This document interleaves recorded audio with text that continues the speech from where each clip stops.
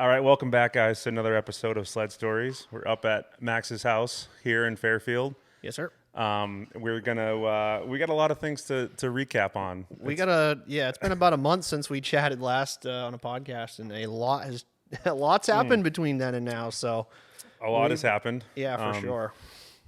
A lot of this has happened. Unfortunately, I had a pretty substantial snowmobiling injury, which we'll get into. But just rode new sleds, lots of riding. You went to Jackson. We rode some of the best backcountry we ever have in New England. Yeah, I'd say ever. In before then, and so we've.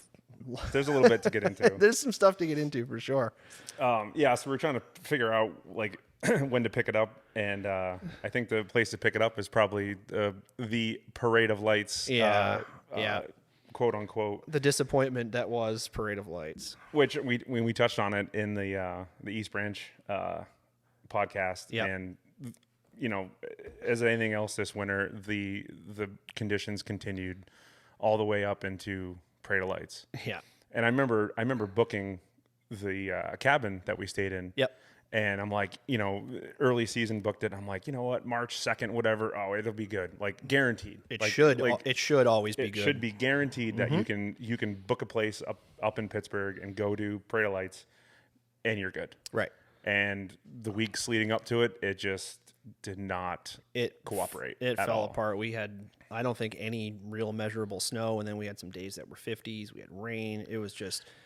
Actually, it was leading up. Yes, it was very warm, and then the day we left, it got super, super cold. Yeah, it got super cold. It didn't snow, but it got super cold. Mm-hmm. And then I remember the first day. Obviously, went up with my kids and Allison. Yeah. And hi, May. And we were like, oh, we're going to try to go ride the first day. And it was freezing. It was freezing and everything was concrete. Yeah. And you were like, we were overheating. Like you rode up to East Inlet or trailered up to East Inlet and rode out of there. And you're like, dude, we didn't even make it to the first bridge. And like, it was getting hot. Like it was crazy. It was it had to have been within maybe 10 minutes, 10 minutes. And I'm pulling over and Allison's like, well, why are you stopping? And I'm like, cause I'm like kicking snow on my track. And I'm like, I'm overheating. And she's like, it's freezing out. And I'm like, it's not how that works. I'm like, well, it was Allison and Willie like, Dad, it's so cold out. How's that happening? I had to break down the how a snowmobile works conversation with them to be like, yeah, it doesn't matter how cold it is. It overheats. So I literally had to make it like every 100 yards. I had to keep stopping and kick up snow. And it was tough because if it was a nice day, obviously you wouldn't overheat because it'd be slushy snow. Yeah. But it kept stopping, so they were all like freezing, and it was just it was no good. I remember you went up earlier that week, and I came up that day, and I was like, so how was the riding? Did you get something? And you're like, man, it wasn't. He's like, I still wanted to go out with the family and stuff, but it really wasn't worth it. And I wasn't even decided if I was gonna ride or not yet. If it stayed warm and soft, that's okay. That's one thing. But it got really cold, and it was like concrete, and like I didn't even end up riding. And that's the day we filmed the funny video at the Citation at McCamp. Yeah. And we were just like, it turned out fine. Like we just kind of hung out outside and just kind of hooned around and played with sleds and just kind of had a day of it, had a big bonfire and stuff, which is fun. But I would have much rather been riding good snow, as I'm sure you would have as well. It was definitely the make the best of it scenario. Yeah, absolutely. Because like even up in the woods that day with the kids, it was like you look in the woods and it looked awesome. Yeah. Like it was like, all right, awesome, but it looked definitely rideable. Like you could have a day, but it was just so cold that you weren't even kicking up an inch, like any side hill. It's concrete. Mm-hmm. And then it got warm. Yep. Which blackly the parade was canceled.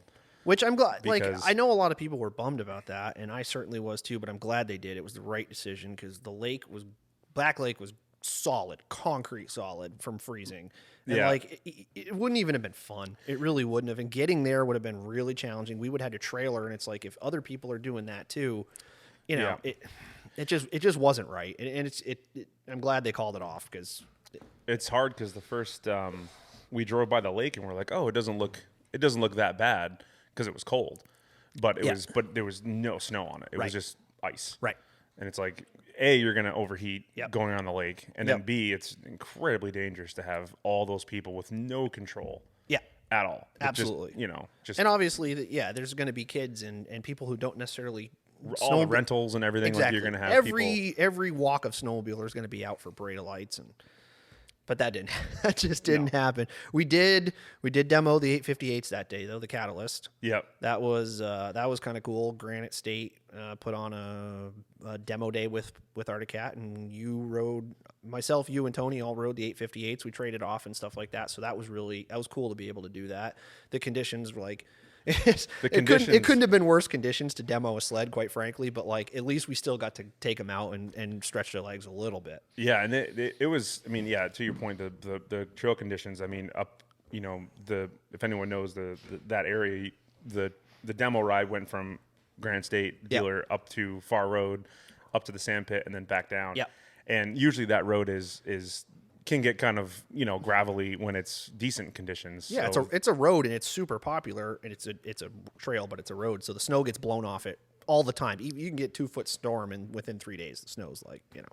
Yeah. So it was parts of gravel, parts of ice. Yeah. Sleds weren't picked. No. You know, so like just trying to get, obviously they were ZRs, so it's obviously a trail sled, so you're in trail mode. Yeah. And you know, you try to crack the throttle and it's just like zing, and it's like you're waiting for it to kind of, you know, pick up and go, and and as soon as it got going fast enough, you had to slow down because that next corner is all ice. You try to slow down. Yeah. I was sideways in every single corner, either on the gas or the brake.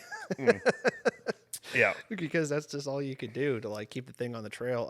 I think one sled got wrecked. Somebody rolled one of them over into a ditch, which like if that's all that happened is a miracle. Yeah, they got out pretty lucky. There's Big Ron's corner, which is right there. Is really sketchy, especially coming the other way. And like I'm like someone's gonna lose it here, right? But no, they didn't. Well, that's why, you know, obviously it's a demo ride, so you have a leader and a follower. Yeah. You know, so that guy in the front's gonna go as fast as you should be going on that trail. So you can't pass. You know, they say don't pass the leader. But again, they're not vetting any of these people getting on a sled. Like No. you, even at that speed, being a complete novice, you could really hurt yourself out there. Of course. Like. Yeah. Those conditions are just it was just ice. It was, you know, whatever.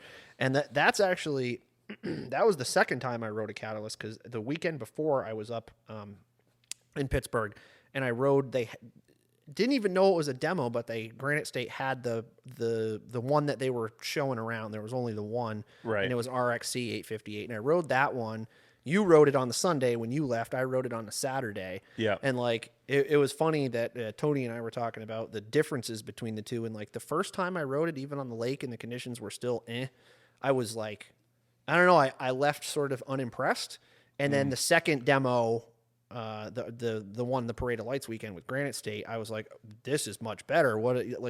There was a difference between the two, but I'm glad that I was able to ride the two, because you know, getting a full picture of what it was, because I was a little bit disappointed, and then I was like, no, wait a second, there's something here. Yeah, I remember we were talking in one of our group chats, and like after the Snow West podcast came out, and the first one, the very controversial Snow West podcast. Where that thing, it just, I mean, if anyone hasn't listened to those, it's worth a listen. It's worth a listen. So at least the first one, and then you got to watch the follow up one. But yeah, same sort of thing. When I came out in the chat, and I was like, you know what, I agree with that. I agree with the bottom end of the one that I rode. Not so much the first time I rode it, but at the demo ride at Granite State, I honestly felt the same thing. Yeah. And I'm the type of guy who's going to be like, it is awesome, like it's the best sled ever. Yeah. And I'm like, I agree with them, because the nice thing about the demo, they had 858s and they had the 600. Yep. So I rode a 600, I think, out there. I think I rode a 600 out and then an 858 on the way back. Yeah. So the 600 on the way out was like super snappy, and it was like, yep. It just felt like more responsive, and just, you know, not more rowdy. That kind of, I don't want to use. That's kind of a little cliche. Yeah, but it just felt like just snappy. The engine just it revved really fast. It felt good. It was snappy. And then I got to the sand pit and I switched on the 858. Yeah. And the 858, I was taking off, and it didn't have that low end snap. Yeah. It took a little while to like build up. And that's what I felt the weekend before. And then it was the tables turned for me that weekend. Is the second one I rode, I was like, damn, this one's hot. This is a good one. And we rode different 858s. We did. We rode two different sleds. Yeah. So between the three of us, well, two of us, three of us, if you want to call Tony, we rode 5 different ones, and we all sort of came to the same conclusion, which is good. Because I think my suspicion is the one that I rode previous was maybe a pre-production, like sort of, you know, who knows what the differences could have been. But, you know, that definitely that definitely made me feel better about him. And You must too, especially since you ordered one. Yeah, so I was like, man, and then so that we rode that before the Snow West podcast came out. Yeah. And then when the podcast came out, we all kind of like talked about it, and I was like, yeah, I agree with him from when I rode at Grand State. And then so I was kind of like, oh, obviously it's early and they can tune and tweak before production comes. Yep. And then Snow West got a call back from Articat to go back out and test because they were like, hey, we heard about it. It's all over the internet. Like, you need to come back and test these. So Articat needed to fix that bad rep real quick. Yeah. So whatever Articat did, refuel map or tune or clutch or whatever they did, Snow West came around and said it was much different. And obviously, I haven't had the chance to re-ride it again. But I don't think we will at this point. But that's okay. No, probably. Although not. there's another storm coming next week. Did you see that? There's going to be another clipper that could be like another 1 to 2 feet, just like the one we had and the one that we had before when we rode in Vermont. Like, what a weird season. I know. Like, so bizarre. I wish this snow would have come earlier and stayed cold and stayed around. Like, now we're going into April and we're still talking about riding, and it's right. But the thing is, it's like the Prairie Lights weekend. It's like when it gets that warm, it just kills the base. Yeah. So if we do get a big storm, it's like, well, fuck, there's not 2 or 3 feet in the woods anymore. Look at outside right now. It was full blown white out here. There was a foot, and obviously more in some places, and it's back down to dirt now because it's been 50 degrees for 3 days in a row. Yeah. So. Yeah, so after the Catalyst ride and everything was, we had obviously a great weekend up there, made the best of it, hooned around on the citation. And, we did. And, Will got to ride around a lot. Will did really good. That citation, man, that is so funny. Like, the running joke with that sled is a buddy of ours' dad gave that to, I guess, us, whatever, Ryan was there. Take it, guys. Yeah, take it. It was in the basement, and we took it, and I've put fuel lines in it like 3 times because we use it, beat the bag out of it, and then don't touch it again for like 2 or 3 years. Yeah, so they don't just dry rot. Yeah.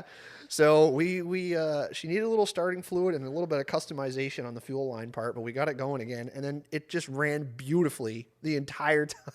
Yep. Of us beating the crap out of it and just being complete goons, and it was such a good time. You just can't sit down on it for too long because it just blows fumes in your face and you just start getting really lightheaded, and it's like, I'm gonna die if I keep riding this thing. Because it's a 248 fan cool, and the fan sits on top of the engine. It's got this shroud, and the Skidoo engineers at the time thought, it'd be really smart to blow the hot air from the engine compartment into your face. No, it just blows exhaust. Yeah, it just you get lightheaded if you sit down. Oh yeah, yeah. It's warm exhaust air isn't that pleasant. No, it's warm, but you can't breathe it. Yeah, it's blowing in your face. It's okay. We got gear. I don't exactly need that. So, but our conversation after that weekend, after we were riding the citation, we absolutely need to do that and film that next year. We need Tony and I, whoever's going to go up, needs to find a midnight 90, early 90s or older. Oh yeah. Vintage sled, yeah, and then just hoon around on them for a whole day. Oh yeah, absolutely. And just see what you can find on Marketplace and just pick up something. It's definitely got a. What did we say? The sled can't be younger than the oldest person we ride with, or whatever, which is Tony, and he's like 34, I think. So that's the limit. Sled can't be newer than 34 years old. Yeah, which I'm sure there's plenty. He's probably his old man or him's got some of those kicking around, but. It's funny how small the sleds were then too. Like, that sled is tiny. Oh, it's tiny. And it's funny because now they went tiny, then they kept getting bigger and bigger and bigger and bigger. And now they're going back. They're the smaller sleds are coming back. Look at the Catalyst. The Catalyst is tiny. Is tiny body wise compared to its competitors. Right. So, yeah, it's wild. Or you compare a new Catalyst to like a 97 ZRT, and you're like, Jesus. That's like the Cadillac, basically. The thing is so wide, and the big trailing arms. You're like, you could lay down in here. It's so much room. You could survive a storm inside the hood of the thing. Just close it up on top of you like a clamshell. Yeah, so we definitely got to do that. I want to try to grab like a Jag 340. I think it was a Jag that had the leopard print on the seat. Yeah, that'd be bitching. Yeah, that'd be super bitching. Yeah, I think it was either the Jag or the Panther had the someone. Yeah, I think the Panther definitely. Yeah, the Panther definitely did. either way, you can get a seat cover. Like whatever you end up finding, that's a deal. Yeah. You know, you can get a seat cover for it. That's all leopard print. And it's great because you go on Marketplace and they're everywhere. Oh yeah. Like, $300 to $400 or $500 or whatever. Yeah. It's like, does it run? That's all I need. I don't care. Yeah, I don't care and how rough of shape it is. If the track still goes around in a circle, that's all I care about. Does it run? Perfect. Yeah. That's worth $500 for a weekend to have fun. But even though the conditions were kind of marginal, your boy got to ride a good bit, which for him, that's kind of some of his first, like, really stretching his legs, which was awesome. He did really good. Yeah, he was psyched because like we do like the field behind my house mostly. Yeah, and he's 10, so he just wants to go fast in a straight line. And I was like, buddy, like this is fun and all, but you got to get into like turns and trails and hills and dips and like and kind of figure out the off camber and the like, technical parts of snowmobiling. Yeah, like it's not all about just clamping it on a lake or a field and just going fast. Yeah. So he got to do that a lot, and like it wasn't like we were going anywhere, right? Where it's on a trail. It's like we were just standing there, so he could just do his little loops and make his own little trails. And I got one of the funniest. I told Megan this when I got home. It's one of the funniest. Your boy made me like it. It made me so warm in the heart, and also cracked me up like crazy. So our wives disappeared to go do stuff while we went and demoed and did some other things. And we were going back in the truck, and Will's like, so what are we going to do now? And I said, we're going to do hood rat stuff with our friends. Yeah. The real word shit, but I didn't say that because this is boy. And he's like, oh, that sounds cool. And so like later in the day, we're doing hood rat stuff and just basically hooning around on sleds in the driveway and in the woods. And he's like, oh, is this hood rat stuff? And I'm like, yes. Is this hood rat stuff? That cracked me up so good. That was real Or funny. what did he say when we were getting into the truck at Granite State when we were like you're like, oh, he's like, Mom, are you coming with us or whatever? And I was like, no, it's boy time or guy time. Yeah. And he was like, oh, boy time is the best. Wasn't it Saturdays are for the boys or something? Something along those lines. Boy time is the best. Girls, you go together. Boy time is the best. And I was like, oh, nice. So what are we gonna do? He's like, we're gonna ride sleds and we're gonna make a big bonfire. And he's like, oh, it's like a proud dad moment. Absolutely, that's a W for sure. Yeah. But then, I mean, after that weekend, we pretty well rode off the season. Like, dude, my sled was in the trailer, like already done. Like, I left all my stuff up there, put everything away, all the gear bags were packed. Like, I was pretty well ready to put the fork in it until we got that freak storm like a week and a half later, right? Is that about what it was, if I remember correctly? Yeah, it wasn't the fall. Yeah, probably a week or two later. Yeah, but it was 60. Without doing like yard work. I'm like, sled's all away, my gear's all like packed back in my bag. In the shelf, zero snow on the ground anywhere around us. Like snowbanks barely hanging on. Like it was over. And then we got that freak storm. And so some buddies of ours that live in Vermont near us, there's an area that they've been like trying to threaten to get us to go to. You got to check this area out. You got to come ride with us over here. And, obviously, as being Max and Ryan with Sled East, we get that a lot. So, whatever. But we finally were like, all right, well, the snow's here in our backyard. I was actually considering going to Volin. And I reached out to my buddy, and he's like, hey, we're going to go ride this area. It's outside of Jeffersonville. And, if you guys want to come. On a Tuesday, because it was going to be 55 on Wednesday. So, like, we had a window. It stopped snowing Monday. We had Tuesday. And then it was going to be junk. Yeah, Bluebird Day. And it wasn't that warm either. It was warm, but it wasn't the next day warm. It was probably like mid 40s. It was like low 30s or whatever. But so Ryan and I bailed out of work and we went to go ride with them. And holy crap, we got into some of the best hardwoods and some of the best riding that we've done anywhere in Maine, Vermont, and this is in the East, and for us selfishly, it's pretty close to us. And man, what a about an hour day. About an hour from our house. Yeah. But yeah, it was. I mean, I guess I didn't have much expectation because Dylan was just kind of we went to Gaspé with him, and he was just like raving about it. He's like, dude, you guys got to come check out this area. And we were just like, oh yeah. And for us, it's always like, well, I guess I'd say for us, but for me, it's like if I'm gonna take a weekend to go riding, I'm just gonna go to Pittsburgh. Right. Like I'm gonna take a weekend and go. Right. Because that's our second home. We know every corner of it. So like we, and obviously going to scout and find new areas, especially in Vermont, it's a little faux pas. Like that's not exactly tricky. Something you do. So, we had these younger guys. The stars aligned, and these guys had been, I'll give them all the credit in the world. Dylan and his buddies, they said they've been scouting and working on this area for years and years and years. And, it's kind of funny that you don't necessarily always come across other snowmobilers that sort of have the same riding ambition we do as far as backcountry riding. There's a lot of different definitions of what backcountry riding snowmobiling is. Right, So, like, exactly. again, you don't know. You got to take it with a grain of salt. Like, how good is this really going to be? Is this just mashing logging roads, or are we going to get into some stuff? Right. And, like, the zones were... And the coolest thing about Mike's house there, Yeah. it's you know, and obviously he was awesome to kind of, you know, let us tag along for the day, but like you know, you look at his house and you look around and you can't see anything. Nothing. Like you wouldn't even know there's a riding zone there. Yeah. It's like you look around, you're like, oh, you know, obviously there's mountains and hills around, but it's like, yo, we're going that way, and I'm like, That way doesn't look that cool. there's nothing over there, Yeah. man. And you ride this little dink trail to get over there, and all of a sudden you just get up higher, up to like higher. 2,800 feet, 3,000 feet, and it just like opened up into like And unbelievable hardwoods. And I think that's that area. You know, I was definitely geeking on it on Google Earth later. That's a northeast facing aspect. The whole bowl. It's not really a bowl, but it's kind of. It's like a ridgeline, yeah. Yeah, and like it obviously the way the storms come, it just must dump snow and just wind load and just fill the other side where we were riding with snow. And man. We rode out of his house. There was maybe 6-8 inches, you know, just in the driveway, and we got up into the woods and 2-3 feet of powder, like no within problem. like 20 minutes. Yeah, like And yeah, it's the north facing, you know, east facing slopes that Yeah. are going to be the, you know, whether it's a dumping of you know, wind or whatever, but it's also sun. yeah. Well, that's what I mean. Yeah, You know, the sun doesn't hit it in it's- the afternoon, so you know, the sun hits it in the morning, but the sun in the morning isn't as strong as the afternoon. So and like you know, for us, obviously you can look everywhere and see mountains and cool hills, and you're like, oh, that'd be sick to ride. But the problem is, there's all the cabbage and the scrub brush and the willows and all that stuff. And this area was just some of the best hardwoods. Like, and the thing is about that too, it's like a lot of areas in Pittsburgh, or you know, even around Pittsburgh, you know, Western Maine or whatever. It's like a lot of those are old logging areas. Yeah. So all those old logging areas, there's not a lot of.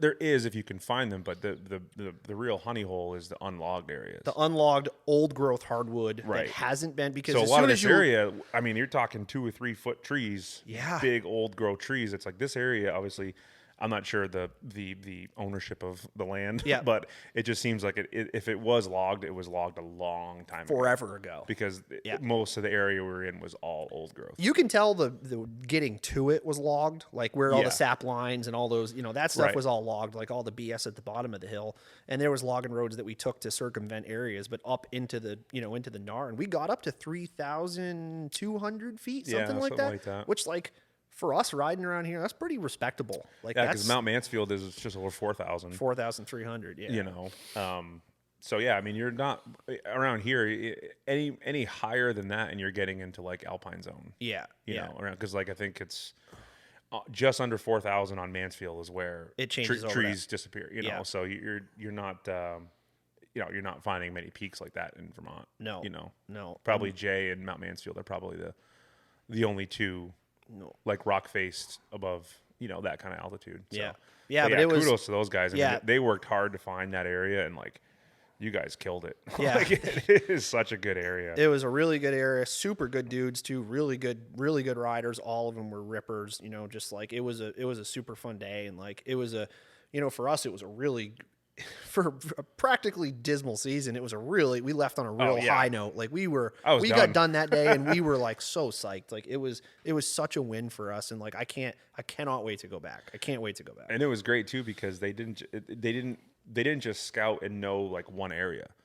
You know, there was like 2 or 3 different They had ridge lines and zones. three where different they're- zones. You know, yeah. where it's like, oh yeah, let's go over here, and you're like, all right. Like in my mind, I was just thinking of like one ridge line, and we would just tear it up, and that was it. But it was like, oh, let's go to the next one. There's another one and another one, and it's like, wow, you guys have done some homework up And here. realistically, any one of the 3 zones we rode, you could spend one day in one zone and still be happy. Yeah. But we knew we were going to lose all the snow the next day, so why not take every selfish line you possibly can and then just go to the next one? Right. Because a lot of these lines too, like the I guess you could call it like the vertical of it was forever. Oh, you could go until you Forever. just ran out of talent, basically. You know, like some of the ridges and some of the areas, you know, the like the highlight reel, I guess, of Pittsburgh. Yeah. Like you know, it's like you have, I don't know exactly how much, you know, distance it is, but you know, you can pretty much see how far you can go before it gets too thick, and then you can see where it's flat. Yeah. And this one just fucking went forever. Like it was Oh, just yeah. a perfect like slope the whole way, and it's like you could just keep going down, down, down, and then just pull all the way up to the Yep. top, and then just keep side doing that. hill, and yeah, you could side hill until your leg goes numb on one side, turn around, go back the other way, Yeah. and like it was So the length was just like it's all about the length. yeah. So that was That was a highlight for sure. yeah. Kudos to those guys for Yeah. for researching and putting in the homework to find out the little cat trails and the washouts and because it was a little tricky to. Well, it was obviously warm too. And if it was a normal winter, those. I mean, here's the thing though. When we were younger, we did it in Pittsburgh. Think of how much BS and how much, in Maine, between Maine and Pittsburgh, how much scouting and just Yeah, let's go check out this one. Let's go check out that one. finding Let's new go. areas. And like sometimes you'd waste half a day just going through bullshit to try to, you're like, I think there's something good over there. And you're going to find out there's not. Yeah. Or, then sometimes you do find some great areas. So like, again, getting invited to check out somebody else's honey hole is really, is really pretty cool. So. Right, exactly. Yeah, so that was just like an awesome way to which I thought was to end the season. Yeah. Because I didn't think it was.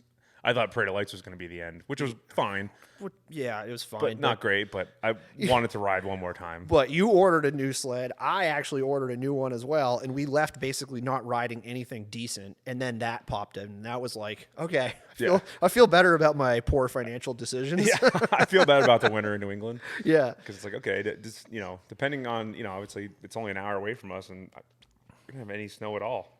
Yeah. And then up there, it's like, okay, you just, got to climb up a couple thousand feet and you're like, okay. And then this freak snowstorm that we just got, like, 4 or 5 days ago or whatever it was, or a week ago, they went out and rode that area, did even better. The snow was even deeper, and they rode two. It was a bigger storm, yeah. A bigger storm. They got 2 days in before it got, potato-y and really settled up. And I'm like, man, that's like, again, that bodes really well for spring riding. Just gets too warm too quick. And it just just nukes it, and you're like, oh well, that was fun. Yeah, and then it's just like not worth it. And then it's gone. Yeah, like after this storm, it's been 55 every day.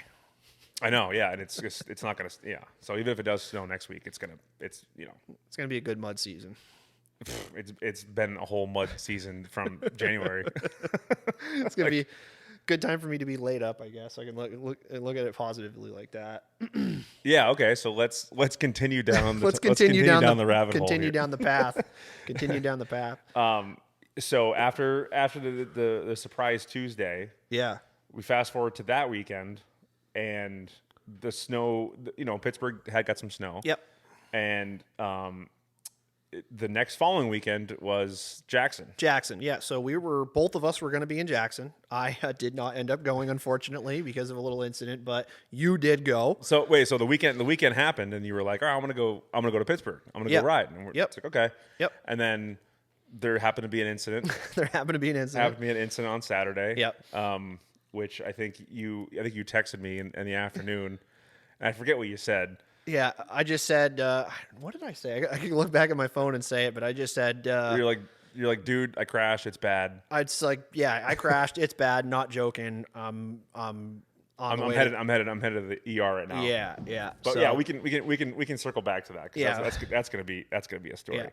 Yeah. So anyway, well, as far as Jackson plans go, I actually wasn't even going to be. I was going to. So after the weekend that my leg thing happened, I was going to be leaving on Tuesday to go out to Colorado, because I have sled out there, and I was going to go to drive from Colorado up to Afton, Wyoming with Phil from Scranton. We had planned this out like a month or so ago, and the reason being is, number one, Jackson, but number two, the B&M guys, we're really close friends with them. They always go out the week leading up to Jackson Hole. And that's like their company vacation or their employee appreciation or whatever you want to call it.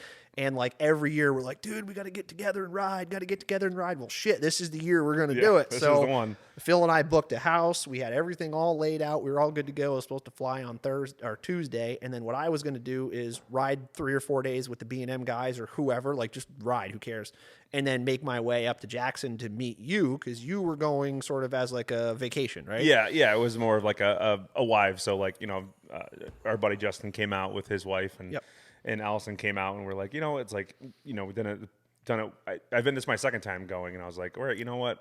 I think it'd be a lot of fun. Like, because Jackson is like most fun town ever. It is the like best. it is the most fun town ever. It is the best. You know, like obviously ski town 98% of the time. I'd say 99. 99% of the time it's a ski town, but like this weekend comes in and it's just trucks and trailers and sled decks and you know, and just snowmobilers come in. So I was like, you know what? I was talking to my wife. I'm like, you know what? It'd be for a spring, you know, kind of vacation for us to get away. I was like, let's just do it. And obviously we had been before. We know the lay of the land. We know how much fun it is. You know, you don't have to go to snowmobile or you don't have to go to do anything just to be there. That's all you got to do. And it's such a party. Right. And the way the town is laid out, it's like, you know, there's the town square, which is like, you know, and obviously the middle of Jackson. And then the hotels, everything's all kind of walking distance, you know, so you fly in, you Uber, you don't have to get a car, you Uber to your hotel. Yep. And you can walk to the bars, the restaurants, you can walk to Snow King, you can walk to the event, you can walk to everywhere. So I was like, it's literally perfect. Yeah. And it's beautiful. It's like, obviously we've been when there's weather and not, and unfortunately you caught it on when you came in, you had a little bit of clarity, but like the Teton Mountains and the view from the top of it's insane. It's insane. So of course I'm like, you know, obviously I watch the weather like a hawk, like from pretty much from like probably like from November, from hunting season, all the way until about now. I've like my morning when I sit down for work is weather. I look at like, you know, multiple weather, you know, forecasts and locations and whatever. I just like to know what's going on. And of course I'm watching Jackson like the week out. I'm like, all right, time to start watching the weather. And the 3 or 4 days before Jackson, it was like 45 and sunny, which is what you want. And I'm like, oh, that can't last. Like that's not gonna last. And I'm looking at the weekend and I'm like, first one of the forecasts was like rain on Saturday, and I'm like, well, that's the worst case scenario. Yeah. And it didn't. And then we flew out on Friday. Gave Allison the window seat, obviously. So we come around. That was like the one time we could actually kind of see the Tetons and kind of see the I saw her picture today. It was okay. Yeah, you could see it. It was cloudy, but you could see it. And then so we landed in the airport, and it was, you know, it was nice for them to kind of get that experience. But after that, it was just sucked in snow for like 3 days. Yeah, so you never saw anything saw. You literally saw like the ski trails going up and a couple of the mountain ranges, and that was it. Could you see the top of Snow King or not really? You could, yeah. Okay. You could see the course a couple times. Sure. But like both days, well, actually all 3 days, Friday, Saturday, and Sunday, you'd see it, and then you go into a bar, restaurant, come out, and it's socked in. Yeah. And then so it was like, you know, periodically through the day you could see it, and then it would just, you walk outside, it's, you know, white out, and then, you know. So that was kind of the one, you know, I guess one downside was that like the girls hadn't been there, hadn't seen it. And I was like, we were on top of Snow King for the event, and like, you know, the back kind of porch deck that comes out over, and we got some beers. I'm like, we walk out there, and I'm like, you guys wouldn't believe the view right now if you could see it. Like, it's insane. You wouldn't believe this view from right here. And they're like, oh, you can imagine. And I was like, I think I pulled up a picture of me, you, and Justin the last time when it was crystal clear. It was not a cloud in the sky, and I was like, we're standing right here. And you can see the planes landing, like you can see the, you know, and the Tetons on the left, and it's postcard beautiful, really. But no, it was a great weekend. Like it was awesome to, like, you know, to have my wife there for like a sled event, because that's kind of like the first like sled type of, you know, destination thing that she's ever been on, and so that was a lot of fun. And, you know, just the restaurants and the bars and everything is just, I mean, you literally run on like you're hell bent the whole time. So like, I literally got back, and it's vacation mode hard. This is like 3 or 4 days after, and I came over and I'm like, my first beer. I'm like, I had to dry out for like 3 days. I was like, it was. But it was awesome. We went to the event on Sunday, and, you know, actually got to throw a leg over the actual sled I ordered. Oh yeah, because they had the 858 mountain sled there. First time I've actually seen a mountain configuration of it in person. We like. Good. Yeah. What exactly did you order again? So it's the Mountain Cat. I did not get the ATEC, so it's the Mountain Cat with the Fox QS3s. Because you don't want the floats. No, I have the floats. Oh, you are getting the floats. Okay, sorry. No, they don't offer the QS3 coils anymore. Oh, okay. Because Cat made the AC something. Yep. So Cat developed their own piggyback shock. on the Green Snow Pros. So they have the Fox floats, which I'm not so crazy about. We'll see if I have a different experience.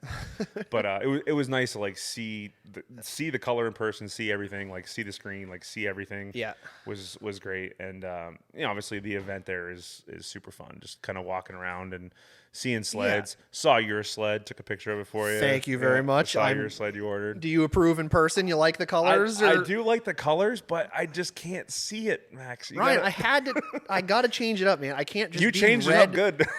Like you changed it really up. Yep. Let me know when you got the wrap design for that one, please. Yeah, it's it was time to do something different. My sleds are always red in something. Red and black, red and gray, red. I got to change it up. You're changing it. I'm changing it up. I'm flipping a coin on this one. Yeah. No, it looks sharp. It looks sharp. So yeah, it was just walking around. And obviously we're down at the base of the mountain and you look up and you can't see shit. It's just sucked in. So you're watching the monitor and it's like, you know, oh man, why could it be sunny? Yeah. And then then we walked around a little bit and then went up the ski lift to go up, or the gondola to go up to the top, and ran into some people, or into the B&M guys, and talked to them a little bit. And it was always great to see them. We didn't see them for too long because we were doing our thing and they were headed up, and so we went up to the top, and I think I told you I was like walking around and I was like talking to the girls, like I was like, yeah, we're gonna walk down the track and see the course and watch a little bit and kind of make our way down by the end of by the King of Kings, and and just kind of watch the race. And we got to the top and it's just like straight, like it's so steep at the top, and it doesn't look that way on camera or on like YouTube or whatever. You're like, that doesn't look that bad. Nothing other than actually being up there and walking around and walking down that you'll never appreciate how steep and gnarly Jackson is. Never. Yeah, videos and so photos never do it justice. It's so steep. Yeah, it's so steep. And even watching the videos that I took, I'm like, it doesn't look that great. It doesn't look that steep. So when you see a snowmobile video of any kind and it looks steep, it means it's really steep. It's really steep. It's really steep. So like on the way up there in the gondola, you can get a sense when you're in the gondola. When you get up that you can because your slowly, your perspective is different. It starts doing this at the top. You're like, okay, this is steep. Yeah. So we're kind of like prepping the girls and being like, all right, this is what we're gonna do and this and that. So they're all into it, and we get some beers up top, and we kind of make our way down to the top of the end, the finish line of the course. And the girls just look over and they're just like, no. And I'm looking at it, and like obviously I've done it before, and I'm looking at it, I'm like, this looks sketchy as shit. Yeah. Like it was way sketchier than the last time. Yeah. Because like I was telling you, it was like it had got cold because it was snowing. So like the night before, it was cold. So this was probably 10, 11 in the morning. Yeah. Maybe. So it's not soft yet. And it was like the top was all walked on. So it was glare ice with like moguls and like some stairs. So you couldn't dig your feet in whatsoever. Yeah. So you're trying to pound your heels into walk, and it was just, and it's to the point where it's so steep that if you missed your footing, you'd go be a in ways. trouble. Yeah, you'd go a ways. You'd be in trouble. Yeah. At the top. And then so I ended up making our way down. The girls were like, yeah, we'll see at the bottom. Yeah, they took the gondola down. They did the gondola down. Yeah. So I don't, when you told me that, I don't blame him, because I went last year. You weren't there, but I went with my wife, Megan, and like, luckily it was warm-ish and the snow was soft-ish. And like, even then the top, when you first come over the knuckle where the lift is and make your way down that first, let's say 30 yards, it is so steep. It's so and steep. If you lose your footing and go forward, you are going halfway down. You're going to hit the catwalk before you stop. Like it's gnarly. Or hit somebody, or like you take somebody out or whatever, and it's like, and we were saying a couple times, and there was people who did get out of control. Like you're just sitting there, and all of a sudden it's like, hey, watch out, and there's a guy like flying down, like trying everything to do, like big chunk of a log rolling down. Oh God. That was the first year me, you, and Justin went.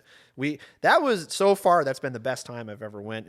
When the three of us went, because it was really warm. It was Bluebird, and it was the other. It's not the other course. It was the supplemental course while they were putting in the new lift line, and they had just logged it. In the level of gnar was an 11 out of 10. There was literally still logs and stumps and sticks and shit everywhere, and the top was vertical, and they had to jump. It was wild. Yeah, the viewing of that side, like you were saying, is much better.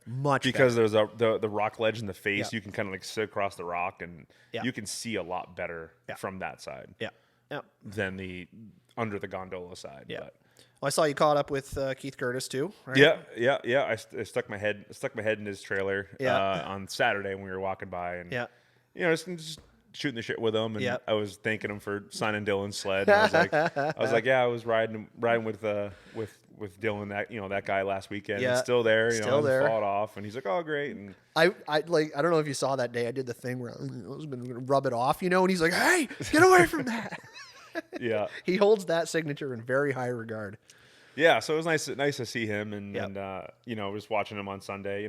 Unfortunately, he came up a little short to Justin Thomas, but they both. I mean, you watch those runs, and you're just like, what's the difference? Yeah, they're both just like killing it up that thing. And I mean, if you're going to lose to anybody, you might as well lose to your best friend, who's Justin Thomas, or Yeah. You guys are neck and neck, and exactly. But it was nice. We went to. You got to go to the $1 Million. Got to go to the $1 Million Cowboy Bar. I didn't ask you. Did Allison sit on a saddle? Not the Sunday night, but the Friday night we went there. Okay. Yeah, she sat in the saddle. A girl's got to sit on the saddle for sure. And about 30 seconds later, she's like, "This is so uncomfortable." Yeah, no, it's not that comfortable at all. She was like, "No." I got a picture of her, and she's like, "Yeah, I'm getting off now." Okay, take your photo. I was like, "Yeah, they're kind of here for for nostalgia and tradition versus like actually comfort." Yeah. But you know what I love about the Cowboy Bar too is like you'd think being the $1 Million Cowboy Bar and how commercial and popular and well known it is, and it's rimshot weekend. Drinks are like $4. It is so cheap. Like a Jack and Coke, $4. You go anywhere around here, and that's a $9. You know what I mean? I think that's a feather in their cap. Is like and that's why it's so popular is because it's not it's Jackson Hole. You're not anywhere you go anywhere else, and you're paying you're paying premium. It's $14 beer night. Yeah, exactly.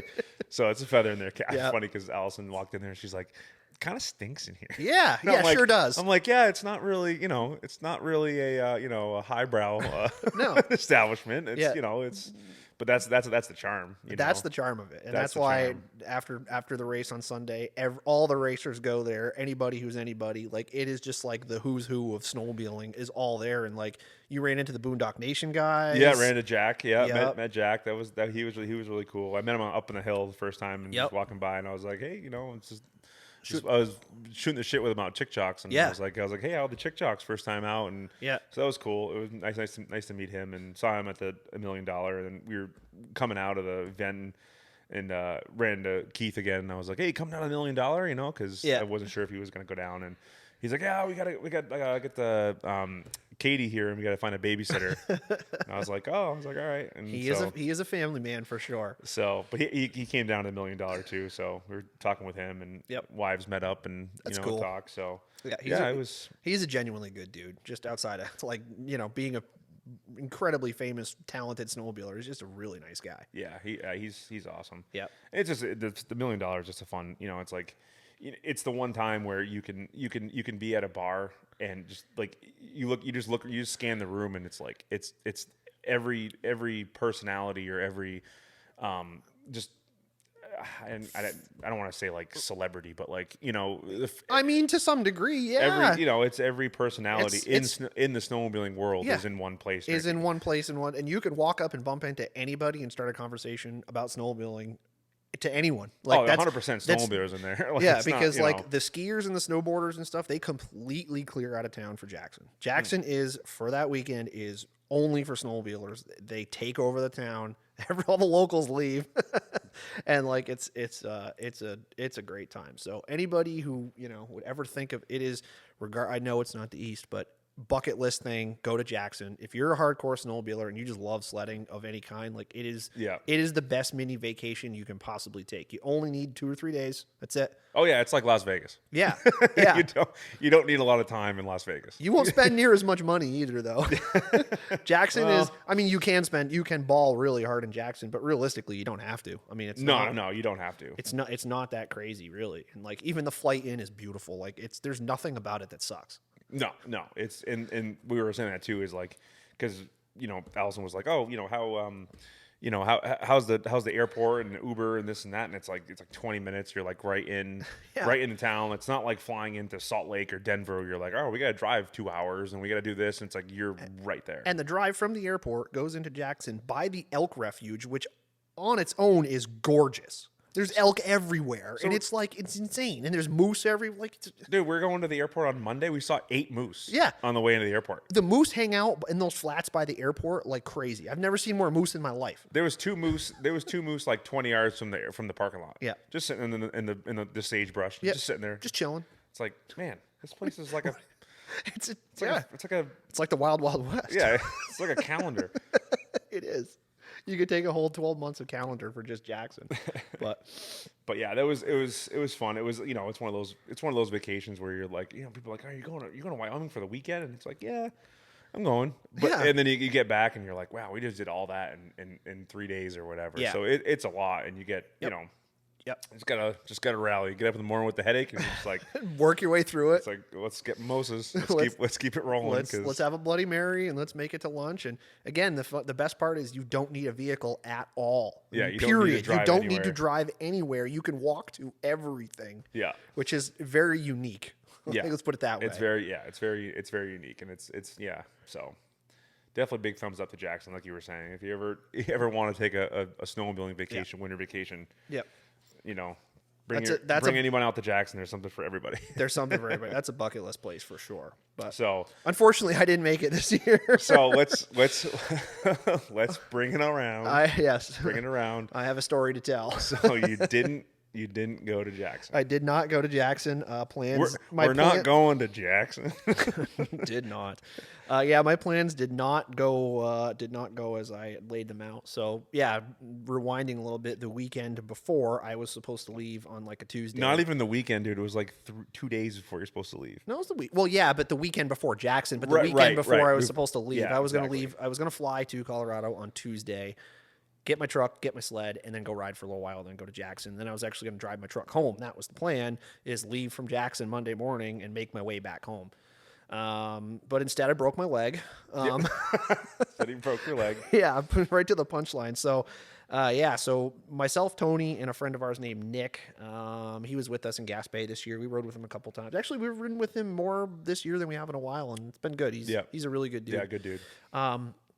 Myself, Tony, and him, and actually Tony's boy, Tucker, we're going to go ride on Saturday, and just kind of, there was a little bit of fresh snow, and it was just enough it got warm, and, you know, it's worth just going. It's a weekend in the winter. Yeah. It's something to go do. Yeah, we were going to go ride, and his boy, it was the first time that he was going to go off trail, like, at all, so I put him on my wife's 600 RMK, which is like the loaner sled. Yeah. But our goal was to do this loop that we do where we leave out of New Hampshire. We had a trailer up to East Inlet, which people who know the area will know where that is.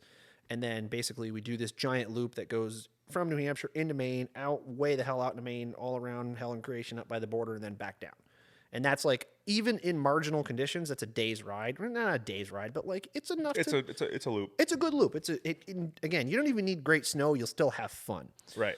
So we headed on out. We got there at like 10 o'clock in the morning, and the place was mobbed, like, because that was the only riding anywhere at that time. So there was trucks and trailers on the road. Like, I literally just stove my truck into a snowbank, and that's where I'm parked. So we unloaded and rode up out of there. It was a little harder than I anticipated. I thought the snow was going to be softer because it was warmer, but it got cold that night. So it set up a little bit. Not enough time to thaw out. Nah, and it wasn't sunny. It was overcast. So, like, and the temperature was only like 30, 4 or 5. So, like, it's not really enough to get it soft.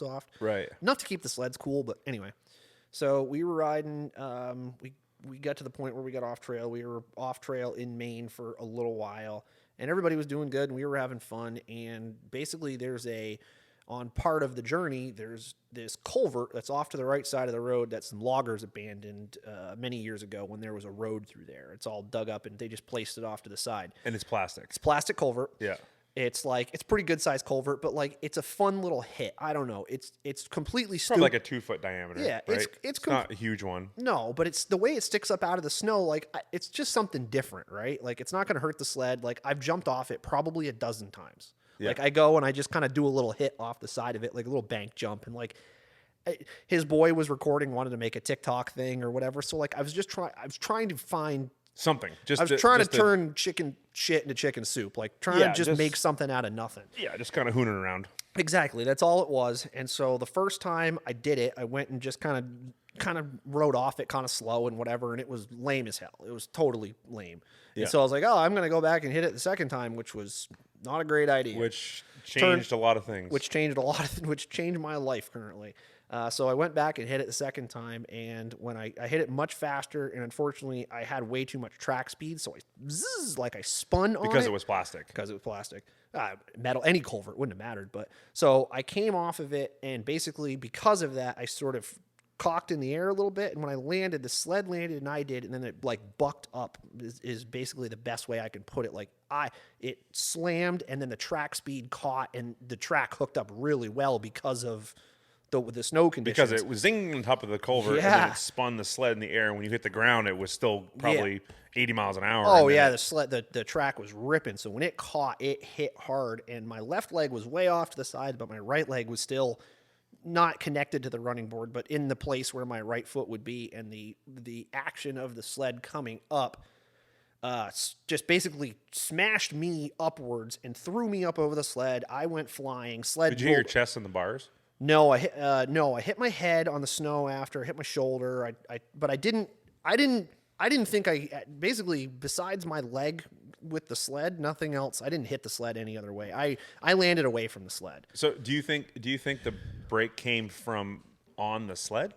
Yeah, it came from the sled. So was your foot like cocked in the stirrup, and then it's not even cocked. It was just pressure. It was the amount of compression at once, like it against the tank, or something. No, just straight pressure. Like, maybe my foot was in the wrong angle or whatever the case is, but I came down like incredibly hard on the running board. I didn't even really feel it, and I landed in the snow. And initially, I smashed my helmet. My visor's all screwed up. My jaw thing is broken. I was originally concerned about my face because I hit my face. How's this? We're good. At the time, I thought that was messed up too. But I hit my face on the snow like bam, really hard, and the snow was hard, and I broke my goggles and like it smashed them into my face. And initially, I knew my knee was messed up. I knew I was more worried about my shoulder. I thought I wrecked my shoulder. Like my shoulder instantly hurt like really bad when I started like moving around. Like the sled flipped over to the side and the guys turned it off and whatever. But I was laying there.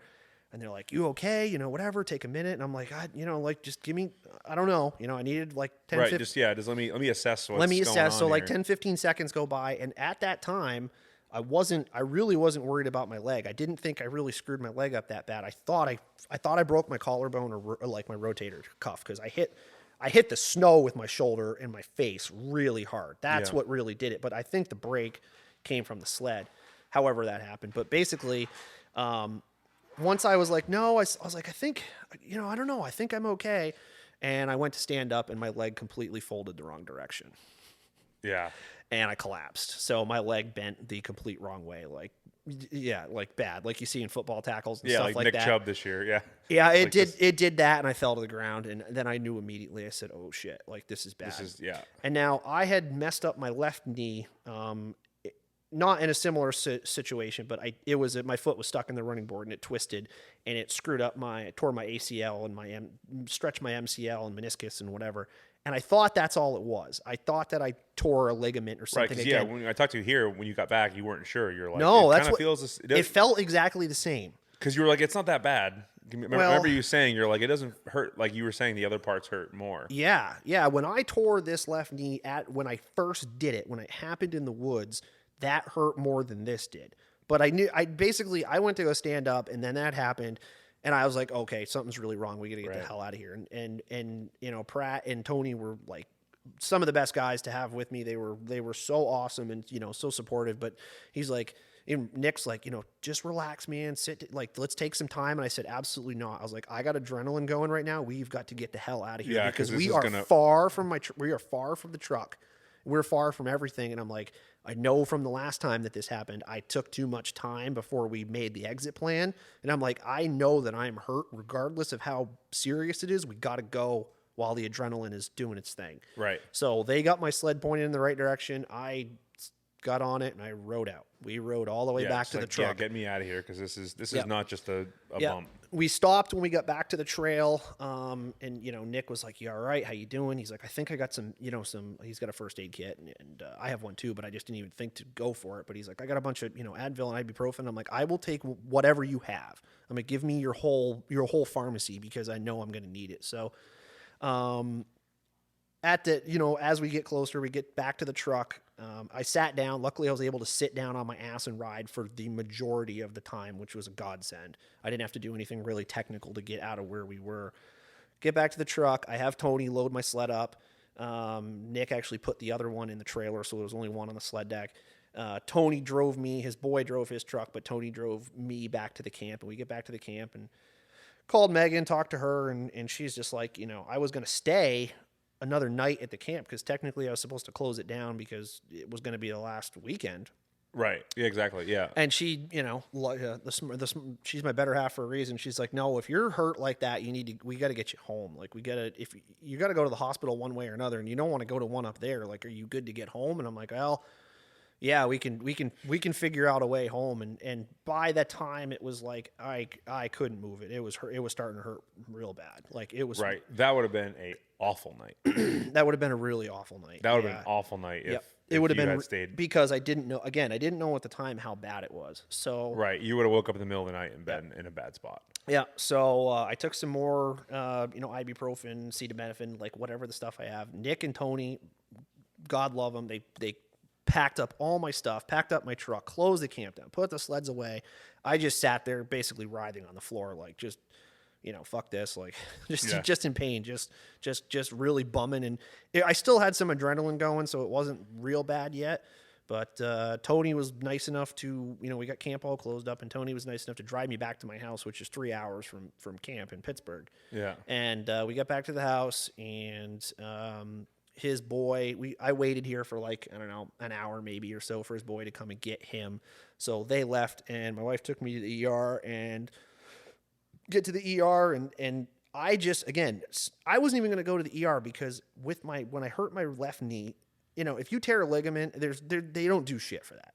They're just, rest and ice and physical therapy and whatever. Like they don't operate on that stuff unless it's incredibly bad. Unless it's like it's torn, they can reattach it. Exactly. If you stress it or sprain you're not. Yeah, they're not right. Gonna... So we get to the ER, and they do all the the guy's doing the X-rays, and I'm like, oh, it was a waste of time. Like, yeah, I'm sure it's just I'm thinking to myself, it's just like the other knee. What's the difference? And the doctor comes back and he goes, no, you broke your tibia.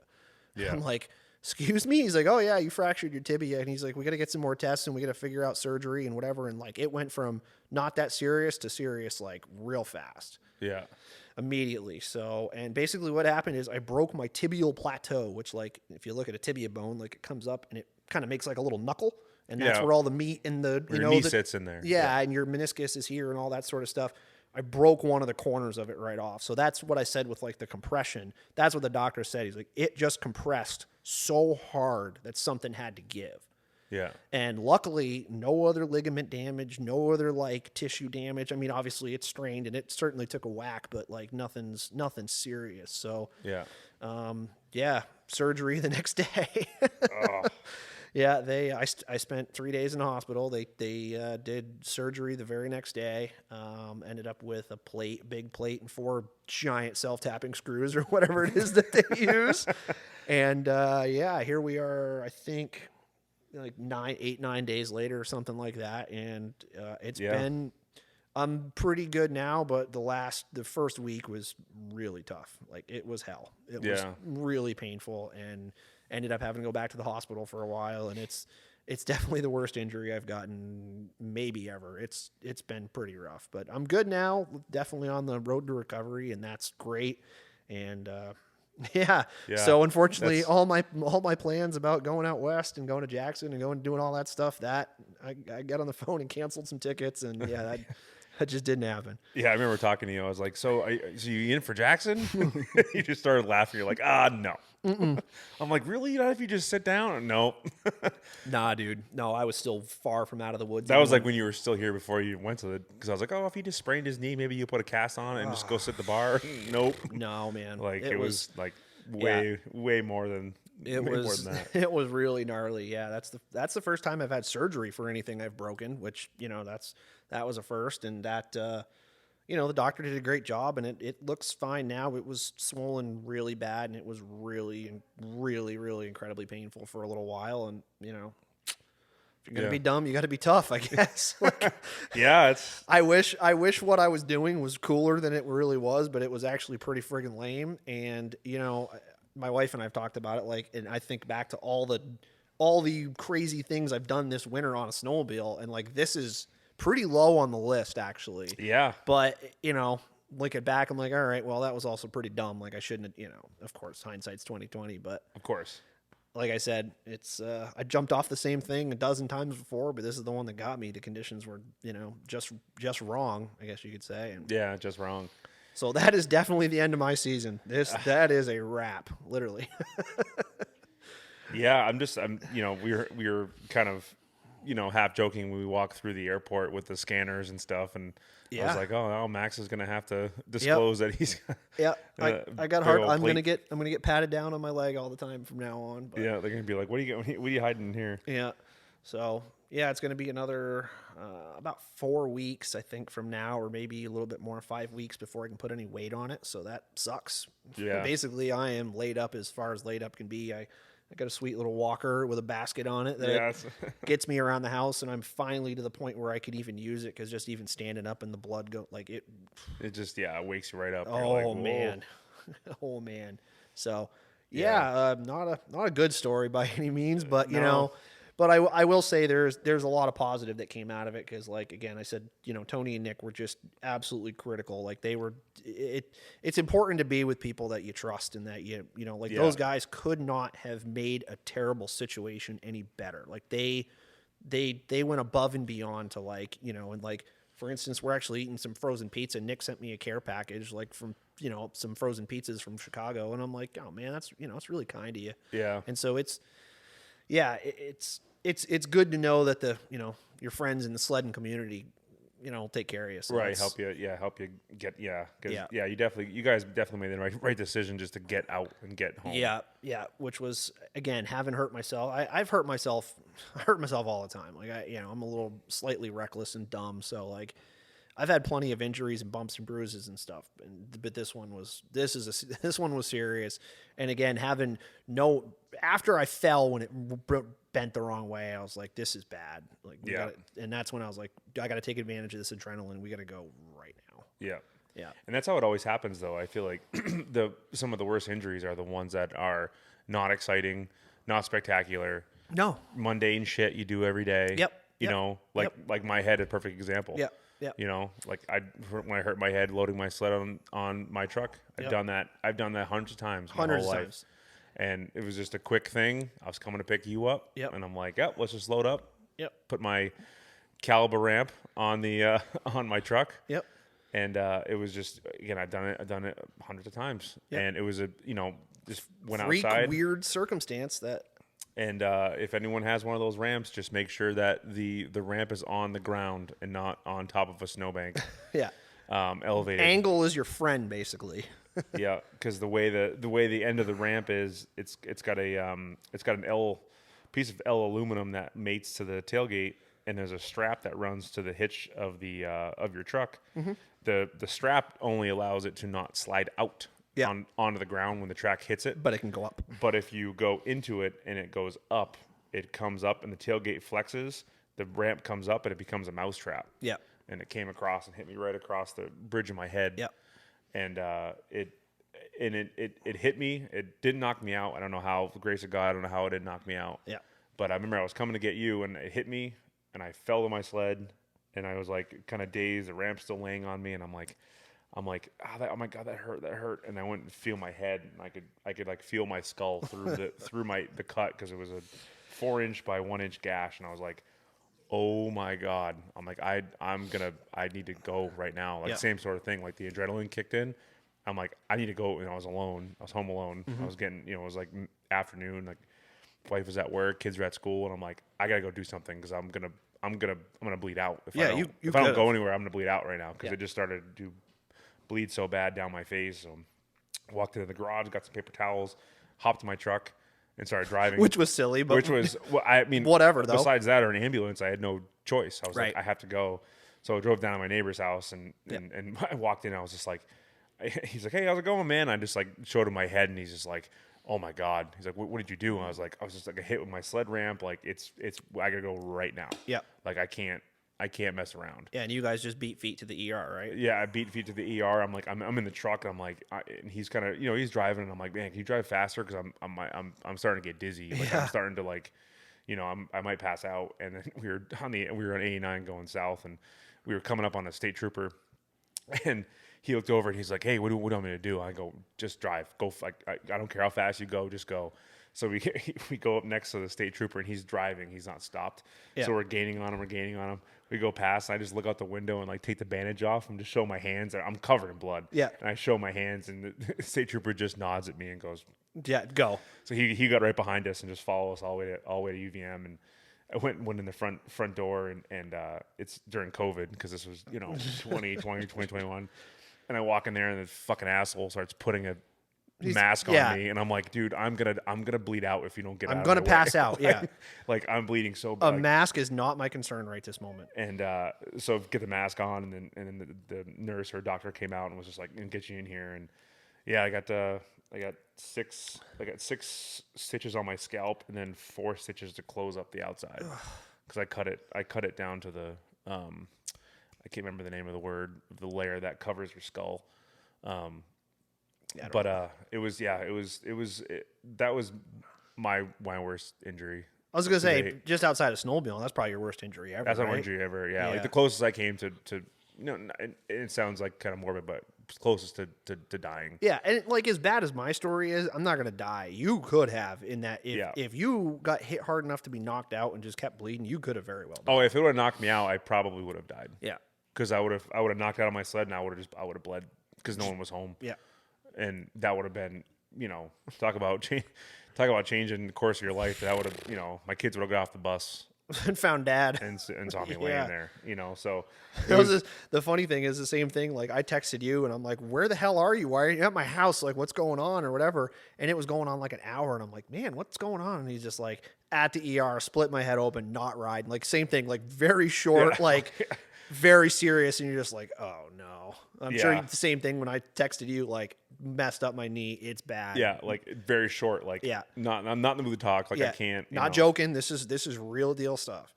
Yeah, and it was just aside from when I felt the gash, I was like, aside from the bleeding, which the cut obviously didn't hurt at the time because it was just clean. What I was worried about was the blunt force hit, because I didn't know if it cracked my skull. I didn't know how bad it was. I just could feel how bad it was, and I was like, I gotta go. I don't know if I have internal like brain bleeding. And so I got the whole same CAT scan, the whole thing, and that was the stitches I don't care about. I was like, I just care about my brain. I was like, did I really mess something up where I have? You need your brain. Yeah. So the next couple days week after that, I was you were hurting at my house, and like it was just massive headaches, and just like my neck and everything was just like I was not. I remember your sled was all covered in blood. Yeah, Jeremy had to bring it in my garage because it was covered in blood, and I was like, I literally got home. I'm like, I'm not going near my truck or my ramp, sled, or nothing. I don't care about any of that shit Just right now. Yeah, no. Pulled in my driveway. Yeah, it was covered in handlebars, and everything was all covered in blood. And I'm like, I'm just nope. Yeah. So yeah, certain things like that really kind of set the tone. But I'm not gonna say like after this incident I'm gonna take it easy. I don't think that that's the case, but I'm definitely gonna probably pick and choose my nonsense a little bit more selectively. Yeah. And maybe when the snow, because what's the beauty of snowmobiling is if the snow is good, the snow is padding, the snow is soft, the snow can do a lot to protect you. Let's put it that way. And when the snow is really crappy, like it was that day, maybe it don't need to try to make something out of nothing. It's like, it's probably, that was completely avoidable. Your incident was more of a freak thing. Like avoidable. But it's kind of arguable. You know what I mean? Right. Mine was completely avoidable. It was just dumb. Yeah. I mean, it's the freak ones are always the thing, and it's never really the snow that hurts you. It's always, for me and my injuries, it's always the sled hurts you. Yeah, I guess always, that stands true for me too. Like when I wrecked my knee, it was the sled. My foot got stuck in the stirrup, and the sled went one way and went another. right. Or So- it's obviously a tree is another Trees. big Trees don't- hitting trees or hitting Trees. other sleds. But usually, I mean, in my history, it's always the sled hurting me. Yeah. Well, while we're on this grim topic, 3 snow bikers just died in Gas Bay 2 days ago in an avalanche, which is just wild. Like, there's always talk about, yes, the Gas Bay there's avalanche danger everywhere. Really, there was an avalanche in Mount Washington. Like, there's avalanche, but Right. especially on the east, like that's really hard to fathom for people. Like that's not going to happen to me. Like, there's no way. And Yeah, they just got all that snow. They got that couple big storms that we had through here, and it was, it's really sad. It's it's one of those things where, like, when you're riding up there, you're like, oh, it's not gonna happen here. Like, it's not gonna happen to me. No. Like, you go out west, and obviously it's like this is a very real possibility. But when you're here, you're like, I don't. It's in my mind, but it's in the back of my mind. Yeah, it's very unlikely that's gonna happen. Incredibly unlikely. And obviously, I don't know I'm waiting to hear the whole circumstances of what happened exactly, but like it's so heartbreaking. It's such a bummer for the sport and for everybody. And it's like, I know that with the season we had, it's funny too with the dismal season we had, and then people died in avalanche. Like it's just so weird how it right. how the snowmobiling gods work. Yeah, it's sad. I mean, just to end your season, end your, just with not even happening to those guys, but just like happening to the whole community. It's like, man, like, right. It's all around just a, yeah. Terrible, it doesn't matter thing. if that avalanche happens out west or here. When anybody dies in an avalanche, like if you're real in snowmobiling, like, oh man, it sucks. Like it sucks. You feel it no matter what, no matter who it is or where it is. Like you don't want anybody to die like that. Like, yeah, that's a terrifying experience, Yeah, I know. Actually, one of the things I've been watching, needless to say, Netflix and I have been getting real close. Like we're super friendly. I just started watching this documentary about the Lake Tahoe avalanche in like 1982 that buried the entire ski resort, and like it was weeks before they could get everybody out of there. Like it was a lifetime, like or not even a lifetime. I forget. I took the avalanche course this last fall, but there's a term for it's like it's a historic event, like once in a 1,000-year incident or certain circumstances, and like literally buried the entire resort. The lifts were buried, the resort was buried, the parking lot was, everything was completely buried, and so many people like. The power of snow, man. It's crazy. I know. It's nuts. It's nuts. Was the snow pretty good at Jackson? How was like the depth like on the hill and around town and stuff? It looked like it was pretty decent. It was decent. It was more than the last time we went out. Yeah. I mean, I would say Snow King, the course got a little muddy, not like 2 years ago. Yeah. And it was off and on snowing the whole time. So like they got, it was a dusting kind of on everything, but keeps everything looking nice anyway. I mean, I don't have enough history of going there to like say that this is a low year or a high year or whatever, but like I would assume it was pretty average. Mm-hmm. I mean, there was snowbanks in town, and you go up on Snow King, and it was good. It was definitely there was definitely more than enough snow for those guys to do it to do their thing. Yeah, for sure. So, but yeah, I mean, what else we got? Anything? We got to end on something positive. We can't just be like all doom and gloom and avalanches and injuries, and then be like, all right, have a good night. Yeah, I mean, for me, it's Jackson was my bookend. Yeah, like that was. As soon as we booked it in the beginning of the season, was like, you know what? And, depending, when the season was turning to shit, it was just like, all right, I got Jackson's coming. Yeah, I got that to look forward to. I'm not going to ride, which is, this too bad, but it's just like, that's still going to be my bookend to snowmobiling, which obviously just, just got back on Monday. So it's like, yeah, I mean, the sleds are going to go away. We got to get some sled decks out of trucks and yeah, I gotta do that. Like, and I just gotta kind of actually, my lease is up on my truck like soon, and we got a new one coming in. Like, I gotta get that. I don't know how that's gonna work because I can't do that. I cannot. I'm gonna have to teach my wife how to take the sled deck out with the tractor and all the stuff that goes along with it. It's not too hard. I mean, what's the worst that could happen? Well, I mean, I'm right here, bro. Or you? Like, so we can do Where that. are you gonna keep yours this year? You're just gonna put it out? I'm putting it in the barn. Oh, are you? Yeah. Oh, that's what you said. Oh, you totally can. You want to stack it on top of mine? Sure. Well, if you come help take that one out, There you go. Well, that problem just solved itself. Perfect. Yeah, I was like looking at mine the other day. I was like, yeah, I'm probably not going to put a sled on this Anymore this year. anymore this year. No, that's probably going to be it. I was like done a month ago. I was like, yeah, no more. No. Since the ride with those guys in Vermont. Well, I was just gonna say I'm considering that I don't even consider the ride where I did this nonsense. Like, that wasn't my last ride. That doesn't really count. My last ride was the one in Vermont, which was I was on an absolute high that day. After riding it, like, both of us were just like, I can't believe how good of a day we had, so close to home and with like these guys. So like, that was super positive and just it's very optimistic for riding in the future. Absolutely. Just having a new area, some new guys to ride with, and yeah. Yeah, and I'm just I'm obviously you too. We're new sleds, so Yeah. I'm just super excited for that. Yep, new sleds. Got to see if I can sell in my Alpha. If anyone wants to buy an Alpha, let me know. I've seen you renew your listing a couple times on Facebook. I think I saw it today. I'm like, oh, Ryan's back at hitting refresh on that. Yeah, it'll be maybe one or two refreshes, Yeah. and then it'll go quiet for the summer, Yeah, probably. and then come back up in the fall. I mean, you can always bring it to Grass Drags and put a for sale sign on it, and that's probably plan A minus or whatever. Plan A, sell it right now. Plan B, I guess, would be Grass Drags. Yeah, and then plan C is just ride it.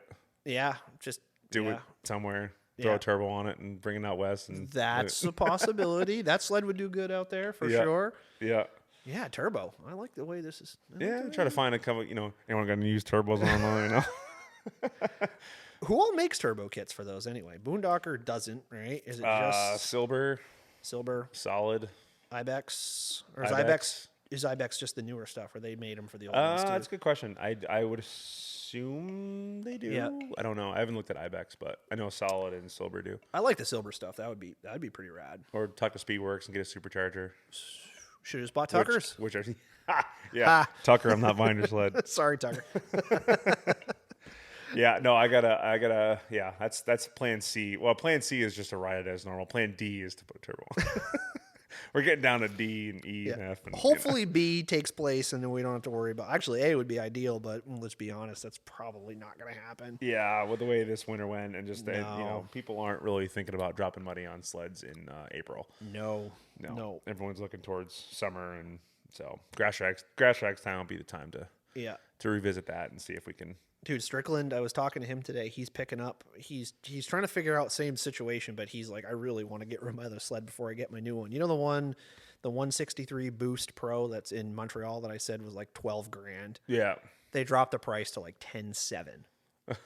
And he's so like chomping at it. Oh, he's like, it would be stupid not to get this, right? And I'm like, yeah, that's incredibly cheap. Like, you'll never get a deal like that again. I don't think, because it's cyclical with Polaris and what they do with their rebates and their whatever. We could spend an hour on that. But I was like, dude, and he's like, do you think I'd have any problem selling my sled at Grass Drags? And I looked at it and I was like, what are you trying to get for it? And he told me, and I was like, made the American conversion. I'm like, oh yeah. He's like, you really think so? I'm like, yeah. I'm like, there's sleds move at Grass Drags for sure. Hey, so Chris, we're gonna need a used sled lot at Grass Drag. So Chris, if you hear this, I think the spot next to us would be ideal Perfect. to put the old inventory. Yeah, we can have used sled lot. So Chris, let's make that happen. Yeah, let's make that happen. I like the Stater guys a lot. They're really good folks, but please. Yeah, we need this. We need this. If you got a sled for sale, put yours in there too. Yeah, let's make a deal. All right. Well, on that note. Yep. Cool. Well, thanks for listening, guys. We'll catch you next time.